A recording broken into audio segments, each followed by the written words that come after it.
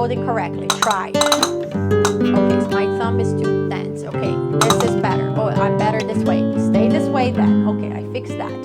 Now I am trying to play the castanets. And hi, I'm Francine Serbino. Welcome back to the channel. I'm a flamenco dancer and I love playing castanets, but it wasn't always like that. I started a really long time ago as a teenager and I struggled a lot, especially to get the RIA connection happening. And that is the main thing you need to learn to play castanets, right? So what I'm going to be covering today in this video is how to improve in a very broad way your technique, focusing on little things that might seem obvious, but you need to kind of understand why are they not working and how you can improve them. Have in mind that some people will have personal limitations, and for that we need to address them specifically. I'm going to cover a few examples later in this video, but in general, I think that the tips I'm going to be providing and troubleshooting today can help everyone improve that technique.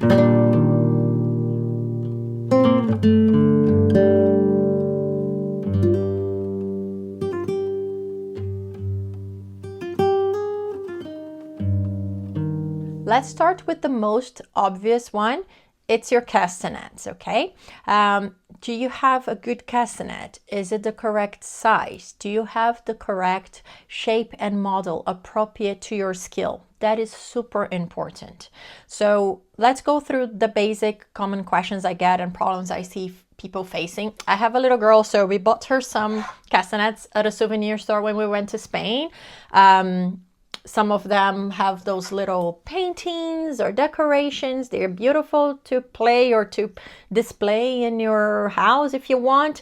And she plays with them. We don't have the cords because she removed them, but they are really bad to play. You might be able to get a ta, a pi, a, which is literally just opening and closing your hands, but to try to get a ria out of these castanets is extremely hard. You can depend on, do they even close properly? Because some of them don't. How thick are they? Material? Anyway, think about it. If you had a guitar that you bought it at the dollar store or Walmart or a plastic guitar, and you actually buy one in an instrument store, it's going to be a guitar. You might get some notes out of it, but it's a completely different experience. The anatomy, how the instrument is built, is it made to actually fit in your hand correctly? Is it going to sound accurate? But most importantly, will you be able to play as you should? You might be able to get notes out of it, but can you connect these notes? Can you actually make it fluid, a melody? So that's super important. So if what you have, it's a souvenir castanets, first thing I would tell you, change them.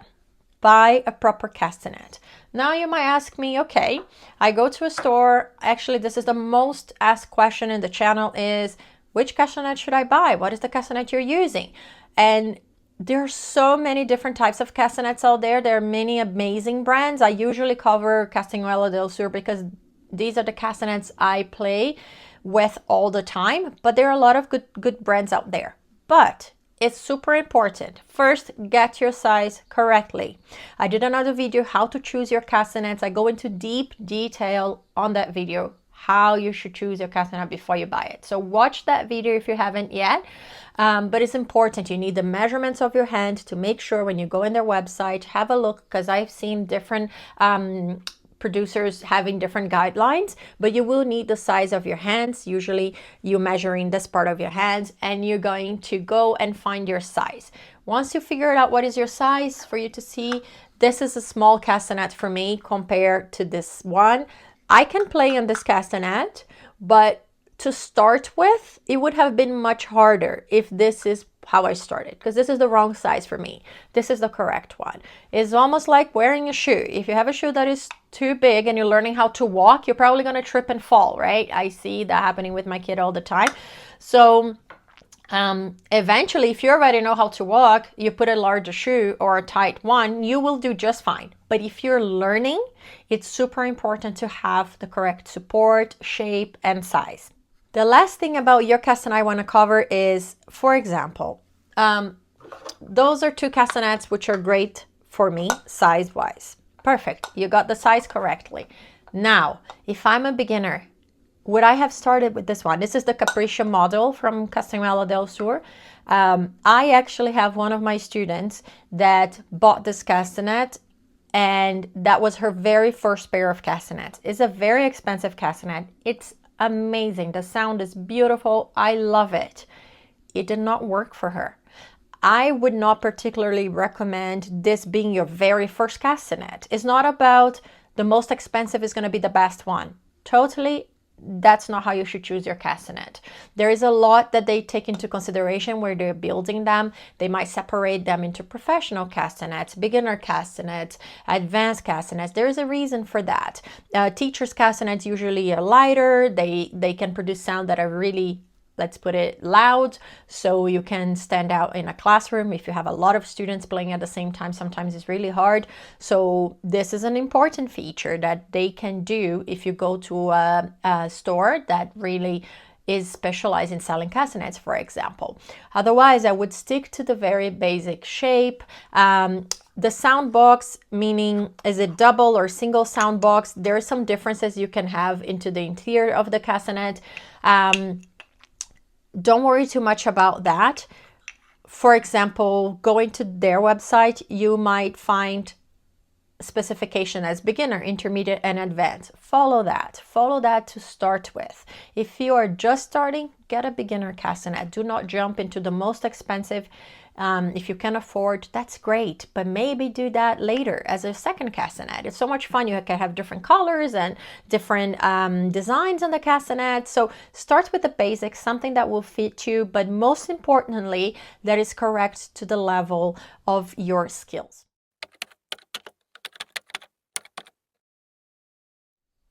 Next, we're going to be focusing, how am I wearing my castanet? So, once you put it on your finger, you pass through your thumb and you put along, make sure that you don't have any gaps between the knot on your castanet on the top and your skin. It needs to be tight. I usually, if it's a new castanet, the cord might slide a little bit harder to slide. You can either pull with one hand and bring it closer with your fingers on the other one. I usually use my teeth. It's just easier. I bite one side and pull it. But if you are making a castanet tight, it can also not be super tight, that you cannot feel your finger anymore. It's turning purple. Obviously, it's not good. But what I mean is it cannot be super tight either, because that pinches the castanet in a position that is really hard anatomically for you to play. The castanet, as you're playing for a long time, it will start losing up a little bit.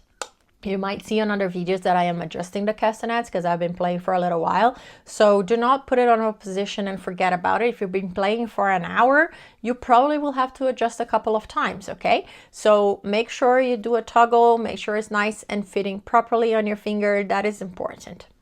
Another thing you might notice is I talk a lot about is the position of your wrist. That goes along for your finger. You don't want your finger pointing up like that. You don't want to force it down. It's pretty much relaxed, and that's how it should be. Your wrist, if you're dancing, you're going to be moving it all around. That is fine. That's the goal if you're going to dance with castanets. But if you're learning how to play, you need to keep in positions that you're not getting super tense and that you don't have gravity actually making it harder or worse for you. So what do I mean by that is I like to maintain a half a circle position with my hands. But if my half a circle for the video, I'm usually with my hand up here. If I were to be practicing and playing this over time, I'm gonna get super tense here, right? So I would automatically bring my hands slightly lower, which is the ideal position for me, is to have the palm of my hands facing my belly button. That's kind of the height that I am aiming for when I'm practicing. And if you're like, okay, I'm just too tired, I'm just gonna play like this, you can. This is focusing for beginners. You are struggling. You don't want to put your hands up if you don't know how to play castanets and you're trying to play like this. it's going to be much harder than you trying to position your hand down, trying to play over here, okay? Once you know what you're doing and you're confident, you can do whatever you want with your hand position. You're going to find the places you're going to struggle with, but I think this is important if you're starting. Make sure no tension, as little as you can from your shoulder. Also your wrist, do not make it out in this angle, creating a 90-degree angle in here, playing like that, because this area is going to tense and it's going to be really hard for you to play. There is a lot of dancers that have their hands down this way. It's okay. Your castanets will open, which can be helpful. I'll tell you why in a minute. It actually can help you out having the castanets open. But in my opinion, depending how you're holding your hand in this position, you're gonna get a little bit of bouncing back on your castanets, so the sound is not as sharp. It could be, but you have to be very specific and determine how you're clicking your castanets with your finger, and that requires a lot of control. So if I am bouncing like this, I can still do my RIA as much as I can hear. I just think when you're learning, it's better, instead of having your hands completely facing fingers down this way, I would try to instead bring it to the side, kind of parallel to the floor, this way. If anything, you can move a little bit lower, but not down.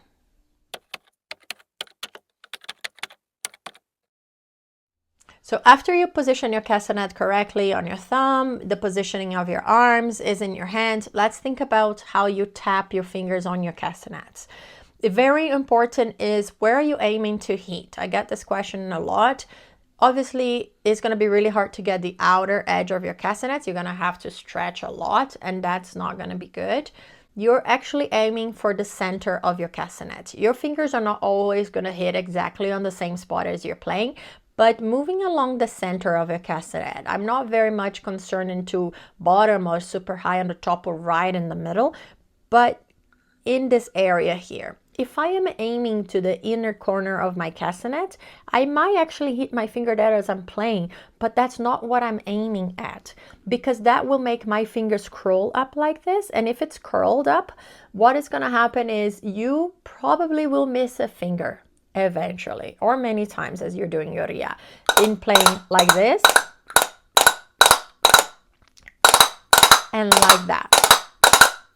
So obviously, if I am going to play super fast, it's going to be much harder to keep stretching my fingers all the time. I will eventually make it smaller, but I'm always focusing to the middle of my castanet. If that's where my focus is, most probably I will be stretching a little bit more my fingers than I will if I'm just trying to hit here, which I will be missing some of these fingers on the castanets, and that will change the sound of a RIA. So obviously you don't get a RI if you're not connecting all the 4 fingers. You will be missing one, and it might not be super obvious if you just missed one finger. You might not even know which finger it is that you're missing, but the sound is not sharp and you don't hear that gallop. So next, let's say, yes, I'm trying to stretch and I'm doing everything, thumb, position, wrist, and I'm stretching. And I am still not making the correct sound. Actually, I'm going to put the castanet on my left hand. I missed a few fingers in the beginning, and the more I kept going, I'm like, oh, okay, remember, that's what I'm doing. And I'm thinking as I am doing, I'm thinking, okay, what is wrong? And that's where I am moving my thumb a little bit higher, a little bit lower. As I am doing the RIAs, I am adjusting. The castanet, I am playing facing like this. Is it like that? Is it over here? To be honest, there is no certain correct way. It has to be like that. No, it doesn't. It depends on you, on your limitations, on your arms, on the shape of your hands and your body, and a lot of different things. So my advice to you is try different ways. Start straight, move a little bit. Was that easier, harder? Oh, that's definitely not good for me. With this hand, I can tell my thumb is moving up and down a little as I'm doing this.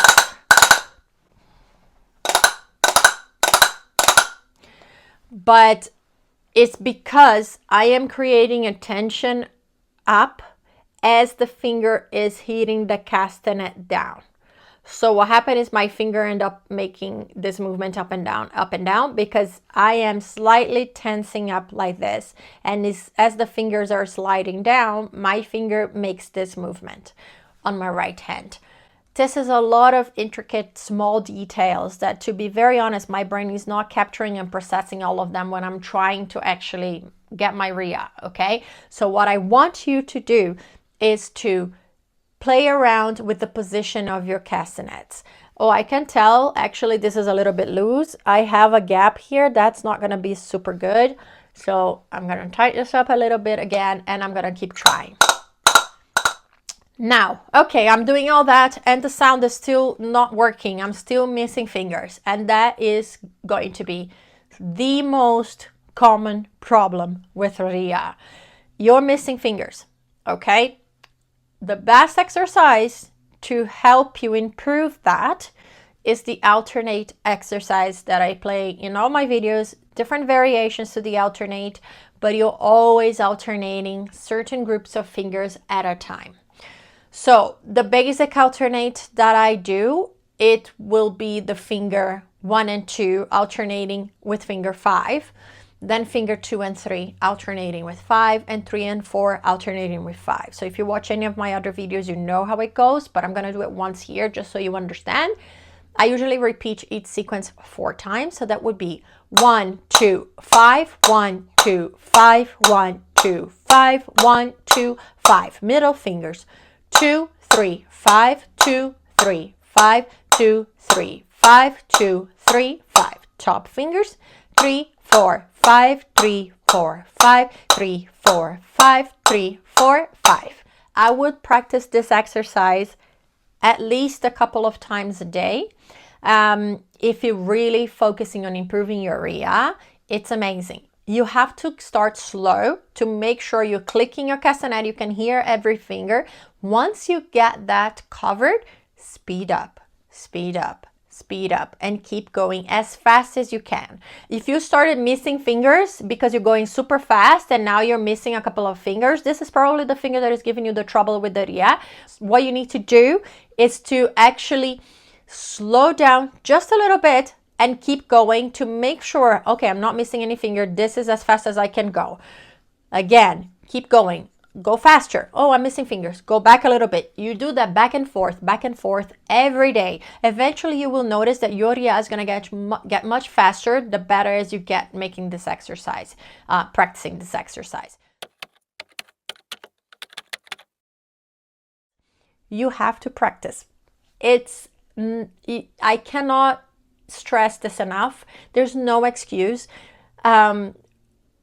when it comes to getting better at playing an instrument, okay? If you do not practice and you hope that miraculously next time you pick up your castanets, you're gonna be so much better because you did it 3 weeks ago, it is not gonna happen. I have yet to see someone that played once and never played again, and next time they played, they were great or even better. It's not going to happen. You have to practice. It seems obvious, but you have to do it. Okay, Francine, how many hours do I need to do that?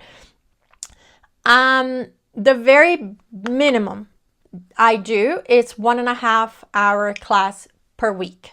So I will advise you to play at least 1.5 hours every week. Ideally, I would tell you to actually do way less, more frequently, more often. The more you're holding your castanets, the more they feel common to you. Feels like you know how to hold the shape. What did I do yesterday that helped? It made it better. It's easier. So if you can take 10-15 minutes every single day and practice, it's amazing. follow along with one of the videos that I have. Choose different videos so you get to improve different skills and practice different ways. If you're not ready to make a RIA, a lot of my videos go through warm-ups that is literally just tapping your castanet, not making RIAs yet. That tapping is warming up your fingers, but is actually helping you learn how to tap on your castanet, how to hold your hand, getting faster doing your tap, tap, tap, tap, tap, tap, 1, 2, 3, 1, 2, 3, 1, 2, 3, 4, 5. That is how you get to your RIA. So start slow, practice every day, repeat. Repetition is key. You have to repeat many, many, many times. My videos are about 20 minutes long. If you watch a couple of those videos a week, so 2-3 videos in a week, and you follow along, that can really help you. If you're interested in me maybe putting the notes out on a PDF, let me know in the comments, and I can totally do that too. So if you can't watch the video, at least you know what each note is and how to play them. Perhaps that's an idea. If you're interested, let me know. But you have to set those realistic goals and practice.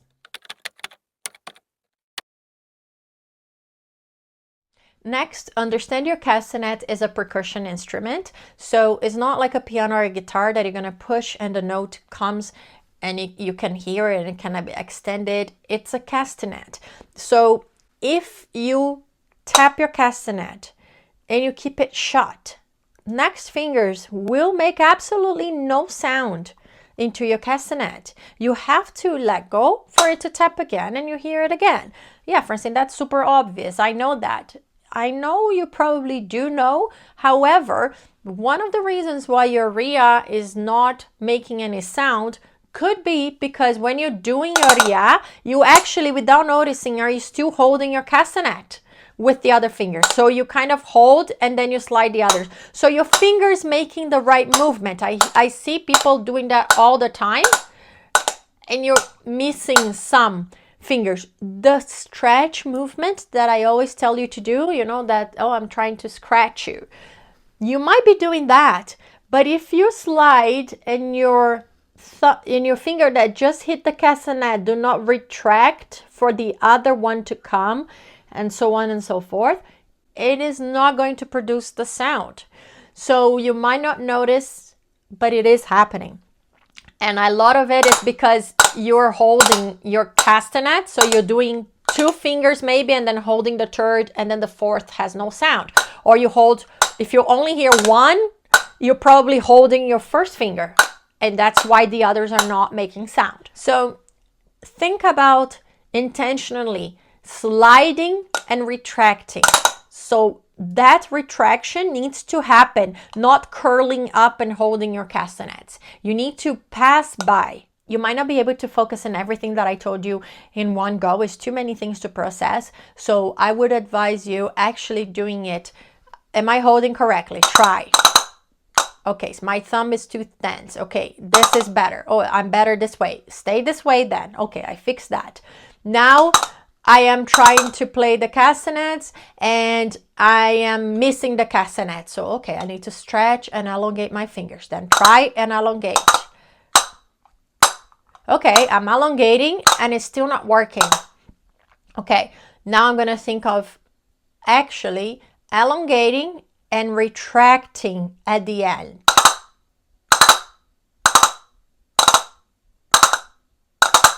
Okay, that sounds much better. Still not perfect. And then I would practice over there. So try to do that and slowly add one step at a time until you feel that this sounds better and then you practice in that position. I had a love and hate relationship with castanet. So I'm not here to tell you, oh, if you're not loving it, that's not for you. Absolutely not. Do not give up. And I can guarantee something. You will get better. You will be able to improve. So I want you to do the same. When you set a goal for yourself, where do you want to get? Do you just want to learn how to play? Do you want to professionally be playing? Do you want to add that to your music? I know I have a lot of musicians here in the channel as subscribers. What is your goal? And focus on that. And if you achieve that goal and you're like, oh, I actually do enjoy castanet, I want to do more, then do more. Probably practice more hours a day or add more complicated variations to your warm-ups and exercises, and I am sure you're going to achieve the goal you put for yourself, as long as you keep it realistic, take breaks, and try to follow along the tips that I provided you in this video.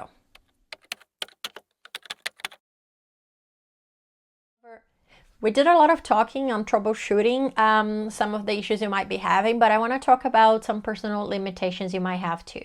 I had different students with physical problems. Either you have arthritis, or you're missing a digit, or even Parkinson's disease. And I don't want to share their experience because it's very personal, but all of them achieved their goal, which was learning how to play castanets. So I want to share mine so you understand a little bit of my background, but also how it is possible to improve.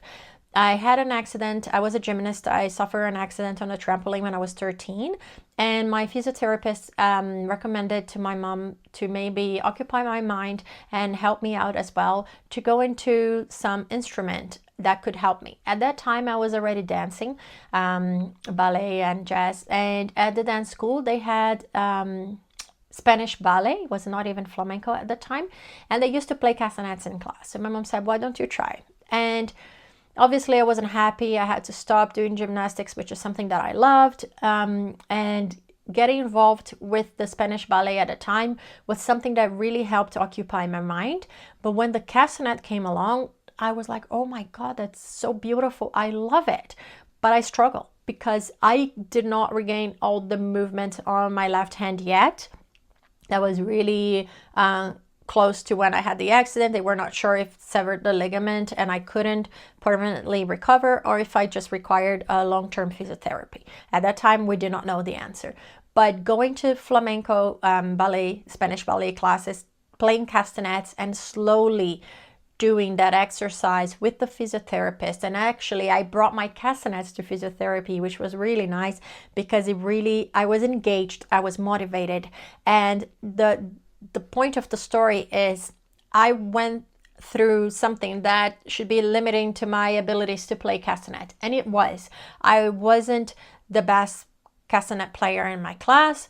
I struggled a lot to get the RIA, to get into the melody. I think more than anyone in the class did, but not only because of the accident, because the RIA should be on my right hand. I had no problem with my right hand, so that's not even an excuse, the RIA at least. But I really struggled. I wasn't something that I was like just gifted and it came super naturally, but I loved it. I thought it was so beautiful and so unique that I said, okay, I am gonna keep trying. And I did, and I got so much better. After a year, I was like, okay, I like where I am now. I still wasn't the fastest when I was playing castanet, but I got there eventually to where I wanted to be. It is not the fastest castanet player that you're going to hear. It's definitely not going to be me, but I am where I want to be. I learned how to play castanets. I love teaching other people how to play castanets. I think if it's your passion or it's something that you're interested in, give it a try. It's so much fun. There's so many things you can do.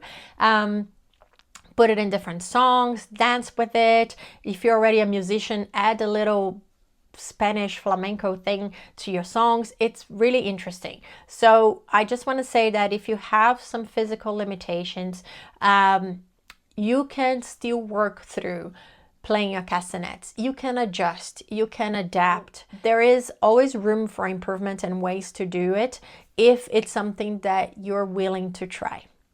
So I hope this was helpful. And I would love for you to stay around the channel and explore the other videos so that you can actually learn how to play castanets with me. Go through how to play castanet part 1, where I go into deep details in that, how to choose your castanets if you are looking to buy a new castanet. I am releasing the sequence of exercises with different variations that you could be practicing so you're not bored. And I have another video coming on putting castanets into song. We're gonna try that with the Sevillana and even with a simple example in the more common songs. And I would love if you could subscribe, like, leave me a comment. Was this helpful? What else would you like to see? I'm always looking for ideas and ways to improve. And I wish you an amazing day. Thank you. Bye. you.